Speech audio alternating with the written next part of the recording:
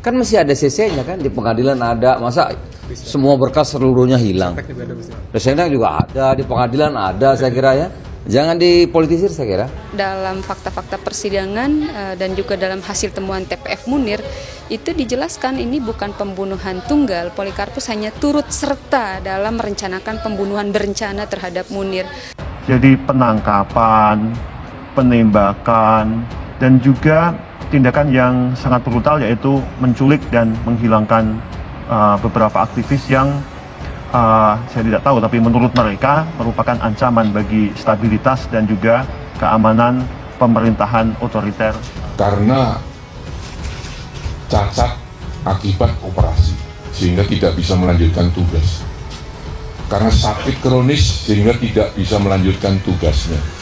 Atau karena atas permintaan sendiri dan diizinkan oleh atasannya, maka dia berhak untuk berhenti dengan hormat. Iya, ini yang sekarang kita kontras lagi menggugat di pengadilan, sedang jalan gugatan kita kepada Pak Wiranto bahwa putusan DKP dulu menyatakan bahwa penculikan itu karena perintah orang dan kemudian orangnya dilakukan tindakan. Tapi begitu di sidang pengakuannya ini atas hati nurani macam-macam. Ini kan kasihan rakyat. Jadi kemudian berhenti sampai di situ dan tidak sampai berlanjut gitu ya. You can have a lot of channels. You can have petitions. You can go to the local assembly, to the national assembly. I mean, there are a lot of ways, I think. Testimoni yang disampaikan sejak tahun 98 bukan kami semua korban yang menyampaikan, disampaikan juga oleh Komnas HAM, disampaikan juga oleh DKP, disampaikan juga oleh Panglima ABRI waktu itu bahwa sudah terjadi pelanggaran HAM, penculikan aktivis yang pelakunya dikeluarkan dari kesatuan ABRI waktu itu. Kasus pembunuhan pembela HAM Munir Said Thalib pada 17 tahun silam membuat masyarakat termasuk mahasiswa mempertanyakan komitmen pemerintah dalam penyelesaian kasus ini.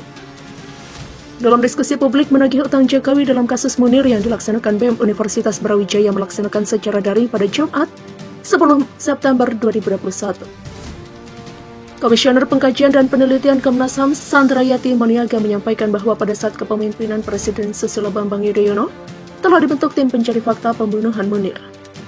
Sandra menjelaskan beberapa hal yang telah dilakukan oleh Komnas HAM pada 2009 berdasarkan keputusan Ketua Komnas HAM nomor 04B Komnas HAM 2/2009. Komnas HAM membentuk tim majelis eksaminasi terhadap keputusan bebas Muhdi PR oleh Pengadilan Jakarta Selatan.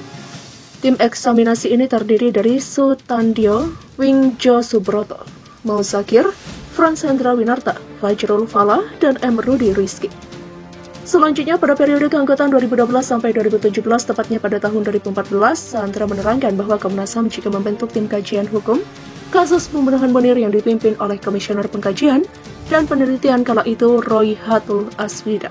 Pada periode saat ini, 2017 sampai 2022, Komnas HAM telah menerima surat permohonan dari Komite Aksi Solidaritas untuk Munir atau KASOM dengan legal opinion atas kasus pembunuhan Munir.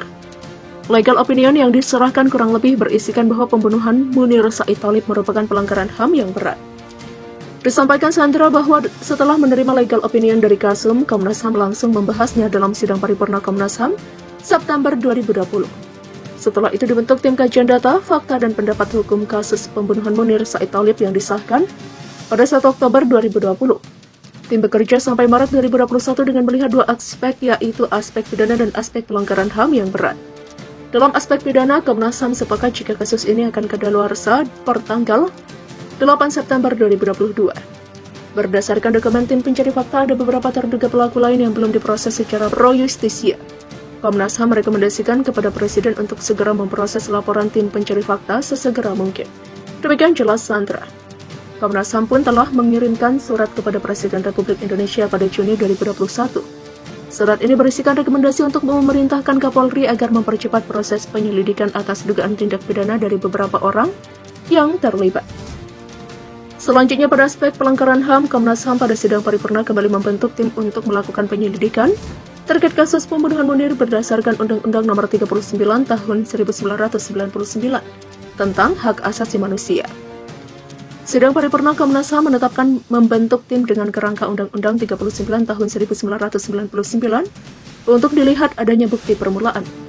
Tim dipimpin oleh Komisioner Komnas HAM BK Ulung Hapsara dengan anggota yaitu Komisioner Muhammad Khairul Anam dan saya sendiri. Demikian terang Sandra.